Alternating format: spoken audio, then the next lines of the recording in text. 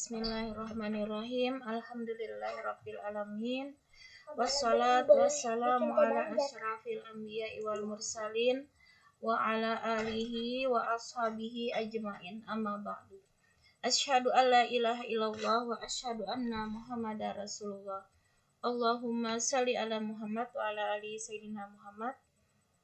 Ibu-ibu rahimakumullah, marilah kembali kita memanjatkan puji syukur kehadirat Allah Subhanahu wa taala, karena dengan karunia-Nya lah kita kembali dikumpulkan dalam majelis ilmu pada hari ini.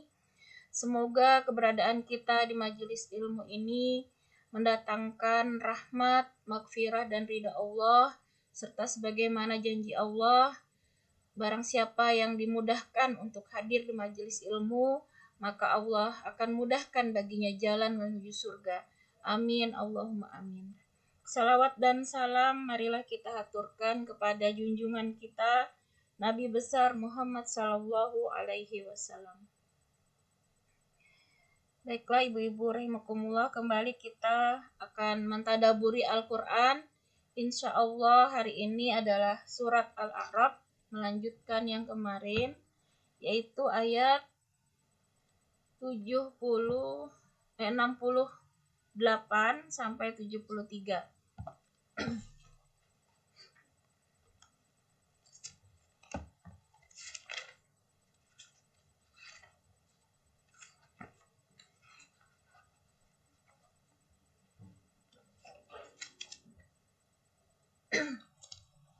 Baiklah, saya bacakan terlebih dahulu. A'udzu billahi minasy syaithanir rajim. Bismillahirrahmanirrahim. Uballighukum risalati rabbi wa ana lakum nasihun amin. Uballighukum, aku sampaikan kepada kalian risalat. Nah, di sini risalah.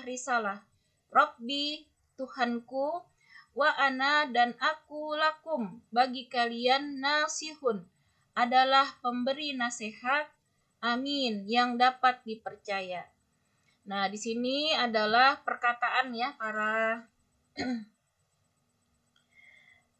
nabi dan rasul yang Allah utus ya kepada setiap zaman ya, kepada manusia di setiap zaman, mulai zaman Nabi Adam sampai kepada kita ya, Rasulullah Muhammad sallallahu alaihi wasallam. Mereka mengatakan hal yang sama, di mana tugas mereka ya diberikan wahyu adalah dalam rangka di sini menyampaikan amanat dari Allah ya, menyampaikan amanah dari Allah, yaitu sebagai pemberi nasihat yang dapat terpercaya. Nah, jadi di sini Allah sendiri yang menjamin bahwa apa yang mereka sampaikan para nabi dan rasul, kemudian juga diteruskan ya para alim ulama sampai kepada kita pada saat hari ini ya, maka ini adalah amanah dari Allah, dan Allah jamin mereka itu adalah membawa amanah yang dapat dipercaya. Nah, sehingga dengan ini maka wajib bagi kita untuk mengikuti ya dengan sepenuh hati, dengan sungguh-sungguh apa yang disampaikan risalah ya dari para rasul, khususnya adalah dari Al-Quran ya, yang Allah sampaikan melalui Rasulullah Muhammad sallallahu alaihi wasallam. Sehingga di sini menjadi suatu bukti ya bagi kita kebenaran Al-Quran, sehingga tidak ada ragu sedikit pun bagi kita untuk mengikuti setiap syariat aturan Allah. Maka kita berpegang teguhlah sampai akhir hayat kita. Hanya mautlah yang menghentikan langkah kita ya untuk terus berinteraksi dengan Al-Quran. Karena ini merupakan perintah Allah ya, untuk kita senantiasa ini merupakan nasihat kata Allah ya, apa yang disampaikan Rasulullah melalui Al-Quran maupun hadis, itu nasihat kepada kita yang tentunya menjadi petunjuk, pedoman bagi kita untuk dapat hidup di dunia ini dengan kebahagiaan, keselamatan, dan juga kebahagiaan serta keselamatan di akhirat. Dan ini adalah jaminan dari Allah. Tidak ada jalan lain yang akan membawa kebahagiaan dan keselamatan selain apa yang dituntunkan oleh Allah dan Rasulullah. Nah, kemudian kita di sini akan melihat bagaimana Nabi dan Rasul sebelumnya pada dasarnya mereka menyampaikan eh, menyampaikan amanah yang sama dari Allah, yaitu untuk mentauhidkan Allah, mengesahkan Allah, hanya menyembah kepada Allah. Tetapi hanya zamannya saja yang berubah dan yang menyampaikan berbeda-beda sesuai dengan zamannya.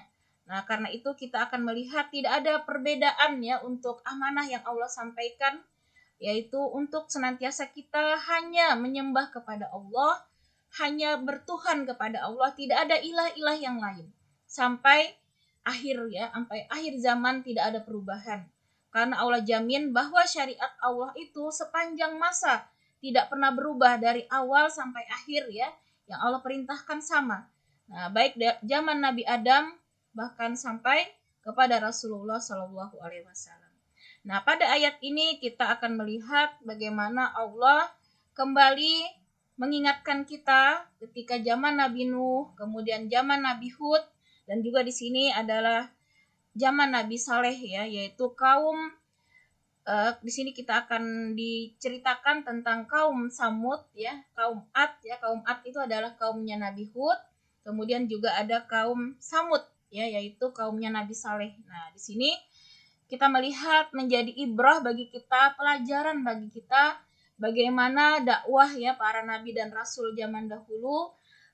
Di sini kita melihat bagi orang-orang yang mengingkari dakwah para nabi dan rasul, maka kesudahan yang buruk. Nah, kita melihat bagaimana azab Allah itu sangat pedih Allah berikan kepada orang-orang yang menolak ajaran Allah, yang tidak mau beriman kepada Allah. Dan sebaliknya, kita melihat keselamatan dan jaminan kebahagiaan bukan hanya di dunia tapi juga di akhirat bagi orang-orang yang mau beriman dan mau menyambut seruan para nabi dan rasul. Karena itu kita bersyukur pada hari ini, di akhir zaman ini, walaupun kita tidak bertemu dengan Rasulullah Shallallahu Alaihi Wasallam, tapi kita masih bisa untuk berinteraksi dengan ajaran Nabi Muhammad Shallallahu Alaihi Wasallam, yaitu melalui Al-Quran dan juga hadis-hadis dari Rasulullah. Maka ini merupakan suatu karunia yang sangat besar, karena Rasulullah sendiri menyatakan betapa beruntung orang-orang yang hidup di akhir zaman, walaupun tidak bertemu dengan Rasulullah, tetapi mereka tetap berusaha untuk berpegang teguh kepada Al-Quran maupun hadis. Maka pahala orang-orang di akhir zaman itu, kata Rasulullah, bahkan melebihi 50.000 orang para sahabat yang hidup bersama Rasulullah.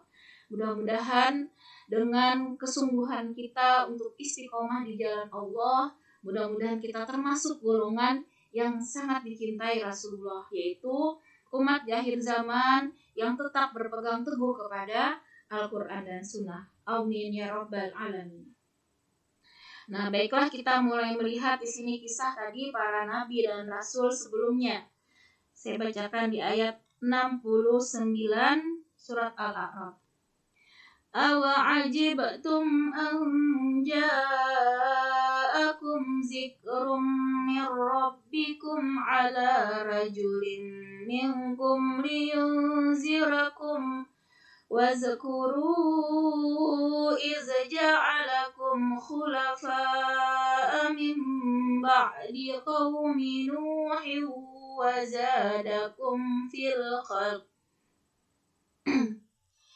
وزادكم في الخلق بسطة فاذكروا آلاء الله لعلكم تفلحون.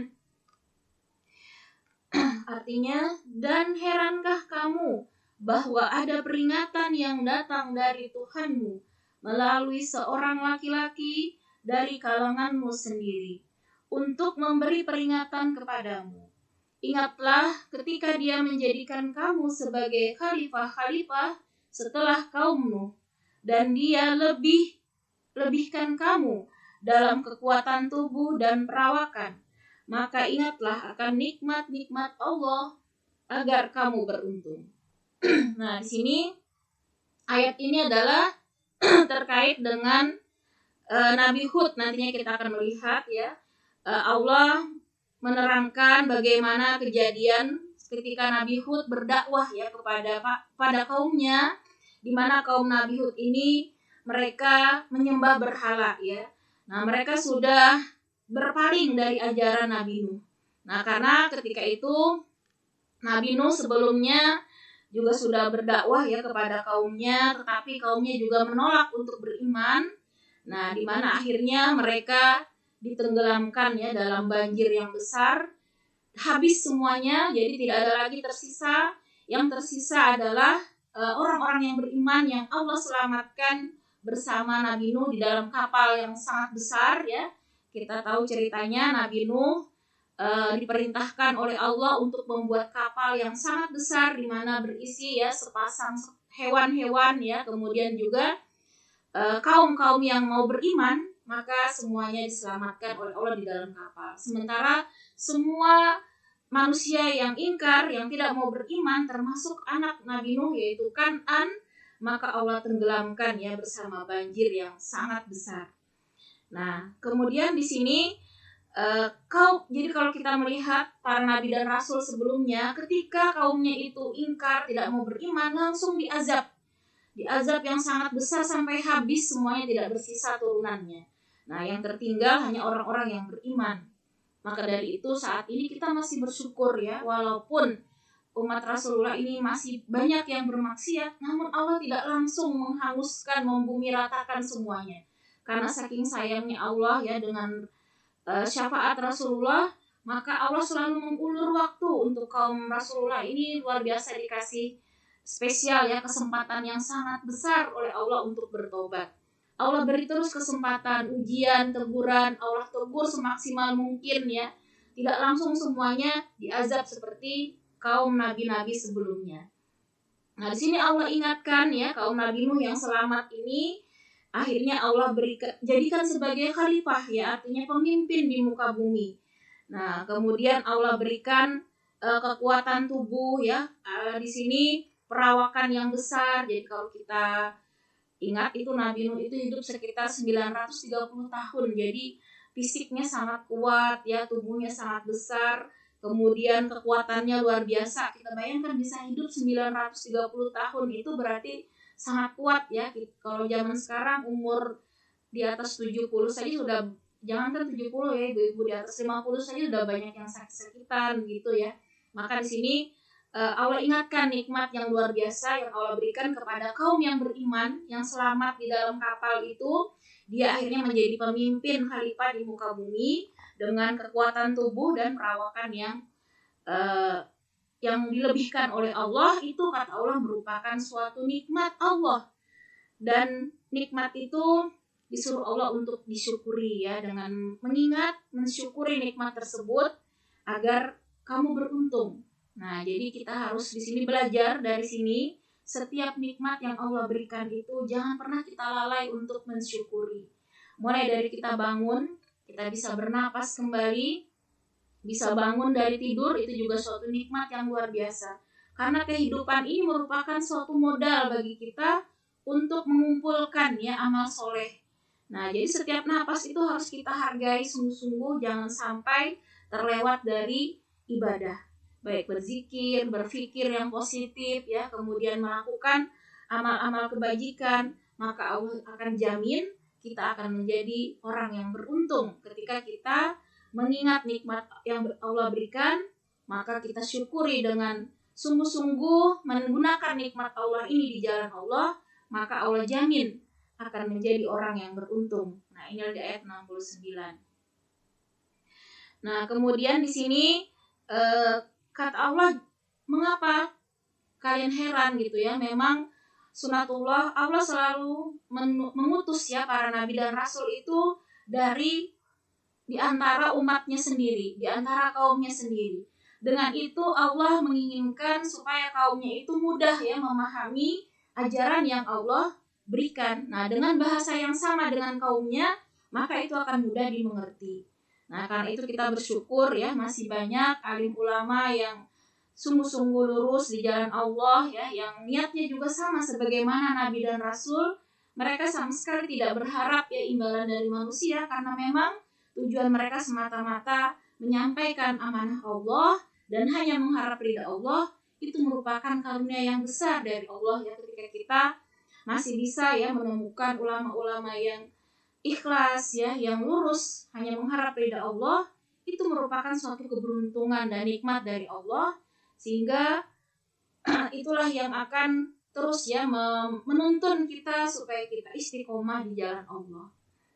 Nah, karena ini kata Allah, mereka datang ya sebagai pemberi peringatan, artinya tiada lain tujuan mereka hanya menginginkan kita itu bertakwa. Tidak ada lain, tidak ada keuntungan apapun yang mereka inginkan dari dakwah mereka kecuali hanya mengharap ridha Allah. Nah, kemudian kita lihat lagi di ayat 70. Qalu ajitana lina'budallaha wahdahu wa nazara ma kana ya'budu aba'una fa'tina bima ta'iduna in kunta minas shadiqin. Mereka berkata, apakah kedatanganmu kepada kami agar kami hanya menyembah Allah saja dan meninggalkan apa yang biasa disembah oleh nenek moyang kami? Maka buktikanlah ancamanmu kepada kami jika kamu benar. Nah, jadi Nabi Nuh ya tadi diceritakan umat Nabi Nuh yang selamat. Kemudian lama-kelamaan ternyata mereka ini ada yang ingkar ya. Nah, karena Nabi Nuh sudah tiada juga, dan setelah ratusan ya bahkan ribuan tahun ya jaraknya, maka ternyata umat yang dulunya beriman itu ada sebagian anak turunannya, dan bahkan ada di antara mereka yang juga akhirnya ingkar ya kepada ajaran Nabi Nuh. Nah, karena itu ketika sudah banyak yang ingkar ya, mereka menyembah berhala di situ ya, menyembah selain Allah, maka Allah kembali mengutus nabi berikutnya, yaitu Nabi Hud ya, yang Allah utus setelah Nabi Nuh. Nah, di sini ini perkataan dari ayat 70, ini perkataan dari kaum Nabi Hud. Nah, mereka berkata, kata Allah, apakah kedatanganmu kepada kami agar kami hanya menyembah Allah saja dan meninggalkan apa yang biasa disembah oleh nenek moyang kami? Nah, maka buktikanlah ancamanmu kepada kami jika kamu benar. Nah, jadi mereka ini menolak ya untuk beriman kepada Allah, karena Nabi Hud menjelaskan kalau kalian mau selamat, mau beruntung bukan hanya di dunia tapi juga nanti di akhirat, yaitu kehidupan setelah mati, maka kata Nabi Hud diperintahkan untuk hanya menyembah kepada Allah. Nah, sementara Nabi Hud jelaskan apa yang mereka sembah selain Allah, yaitu berhala-berhala yang mereka yakini punya kekuatan ataupun punya kekuasaan, itu semuanya batil. Nah, maka mereka di sini menolak dengan menantang ya. Nah, katanya, maka buktikanlah ancamanmu kepada kami jika kamu benar. Jadi mereka di sini menantang untuk diazab kalau mereka itu memang salah begitu ya, dan disuruh membuktikan kalau Nabi Hud yang betul. Buktikan mana di sini ancamanmu, apa kalau memang kamu benar. Nah, demikianlah umat-umat terdahulu senantiasa seperti itu ya, menantang para nabi dan rasul, bahkan mereka menantang azab untuk disegerakan kalau memang nabi dan rasul itu benar. Maka di sini di ayat 71 Nabi Hud menjawab tantangan dari kaumnya. Qala kad waqa'a 'alaikum min rabbikum rijsun wa ghadab atujadilunani fi asma'in sammaytumuha antum wa aba'ukum ma nazzalallahu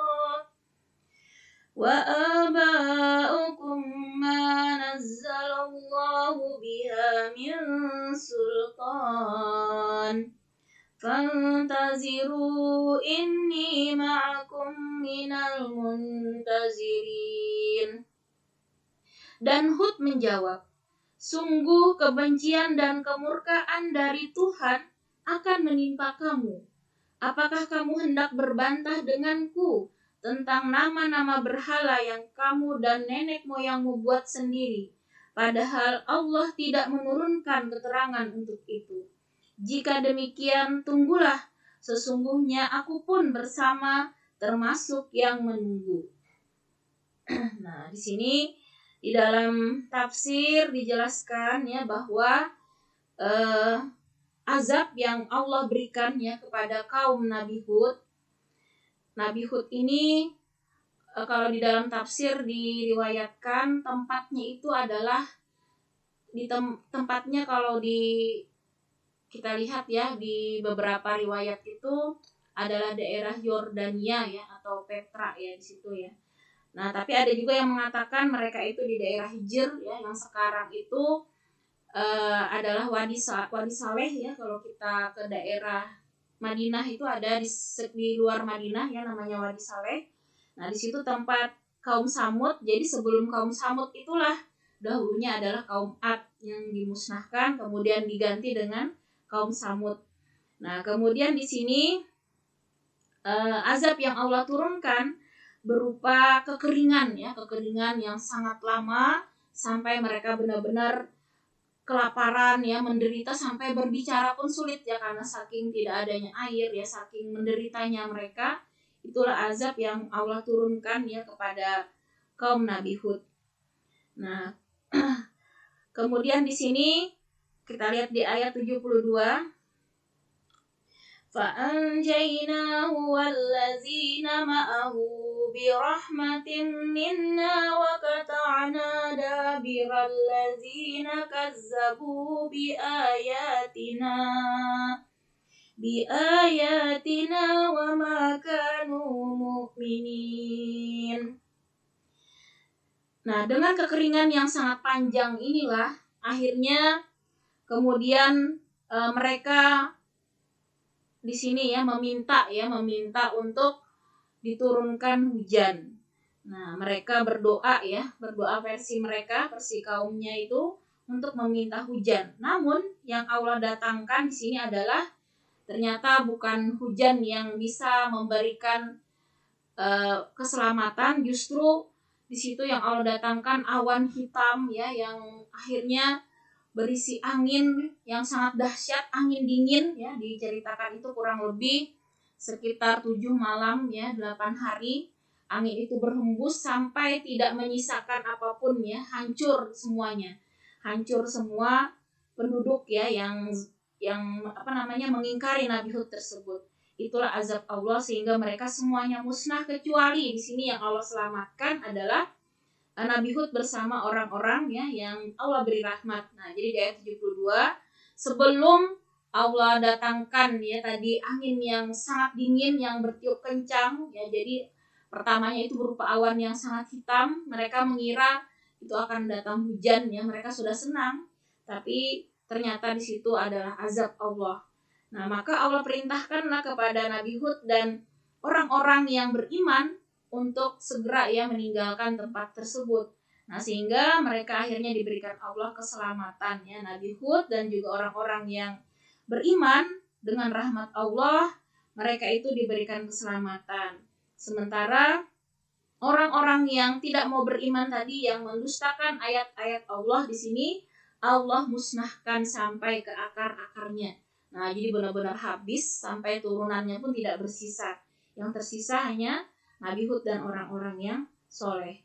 Nah, jadi seperti itulah sunatullah ya, setelah lama jaraknya ya dari Nabi, kemudian nanti sampai Nabi meninggal, ada masa terputus yang lama ya, dari sejak turunnya wahyu kembali orang-orang itu banyak yang ingkar ya, banyak yang akhirnya tadi kembali lagi musyrik. Nah, inilah yang terjadi ya, beberapa kali Nabi dan Rasul diturunkan karena Allah ingin kembali meluruskan orang-orang yang tersesat. Nah, yang asalnya dulu sudah beriman tadi ya, yang selamat ini kan adalah orang-orang beriman saja, tapi karena jarak yang sangat lama ya dari diutusnya nabinya juga sudah meninggal. Misalnya seperti kita saat ini ya dengan Nabi Muhammad itu kurang lebih 1400 tahun ya terpisah jarak, maka kita melihat sekarang ini banyak sudah orang-orang yang berpaling, yang murtad dari Islam ya, yang yang muslim pun sudah banyak yang dengan tidak merasa khawatir ya bermaksiat. Nah, inilah akan kembali terulang ya ketika kita tidak mau sungguh-sungguh berpegang kepada tali agama Allah, yang terjadi adalah kembali kesesatan. Nah, disinilah kita melihat sunatullah ya, umat Nabi Hud ini setelah lama mereka kembali tersesat. Nah, karena itu di ayat 73 Allah jelaskan kembali Allah mengutus, yaitu di sini Nabi Saleh. Jadi nabi-nabi ini sebenarnya masih satu keturunan ya. Mereka kalau dilihat silsilahnya itu akan bersambung. Nah, bersambung kembali kepada Nabi Adam nantinya. Jadi dari Nabi Adam itu ada Syed ya keturunannya, Nabi Syed itu, tapi dia tidak termasuk yang 25 nabi yang kita wajib imani ya. Kemudian nanti menurunkan ada Nabi Idris ya kan, setelah itu Nabi Hud, ini lanjutannya ya, Nabi Adam, Idris, Nuh. Nabi Nuh dulu baru Nabi Hud, kemudian ini Nabi Soleh. Nah, nanti berlanjut sampai ke Rasulullah. Jadi semua nabi itu sebenarnya mereka garis keturunannya bersambung ya. Kalau kita lihat silsilahnya. Nah, di sini juga kembali Allah kisahkan setelah kaum Nabi Hud ini juga tersesat ya, banyak yang sudah ingkar, maka kembali Allah mengutus yaitu Nabi Soleh. Nah, kita lihat dulu ayat 73, saya bacakan. Wa ila samuda akhahum salihah qala ya qaumi ibudullaha ma lakum min ilahin ghairuh qad ja'atkum bayyinatun min rabbikum hazihi naqatullahi lakum ayatan fazaruha ta'kul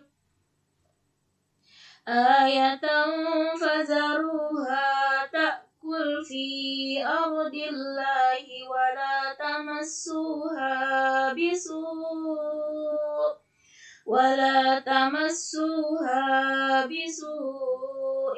fayakhuzakum azabun alim. Dan kepada kaum Samud kami utus saudara mereka Saleh. Dia berkata, wahai kaumku, sembahlah Allah, tidak ada Tuhan sembahan bagimu selain Dia. Sesungguhnya telah datang kepadamu bukti yang nyata dari Tuhanmu. Ini seekor unta betina dari Allah sebagai tanda untukmu. Biarkanlah ia makan di bumi Allah, janganlah disakiti. Nanti akibatnya kamu akan mendapatkan siksa yang pedih. Nah, jadi kaum Samud yang tinggal tadi di Wadi Soleh ya, kalau ibu lihat di YouTube sekarang Wadi Soleh itu dijadikan tempat wisata ya oleh kerajaan Arab Saudi. Padahal ketika zaman Rasulullah itu ketika melewati Wadi Soleh itu Rasulullah perintahkan jangan lama-lama kita lewat sini, harus segera kita menjauh karena ini tempat orang diazab.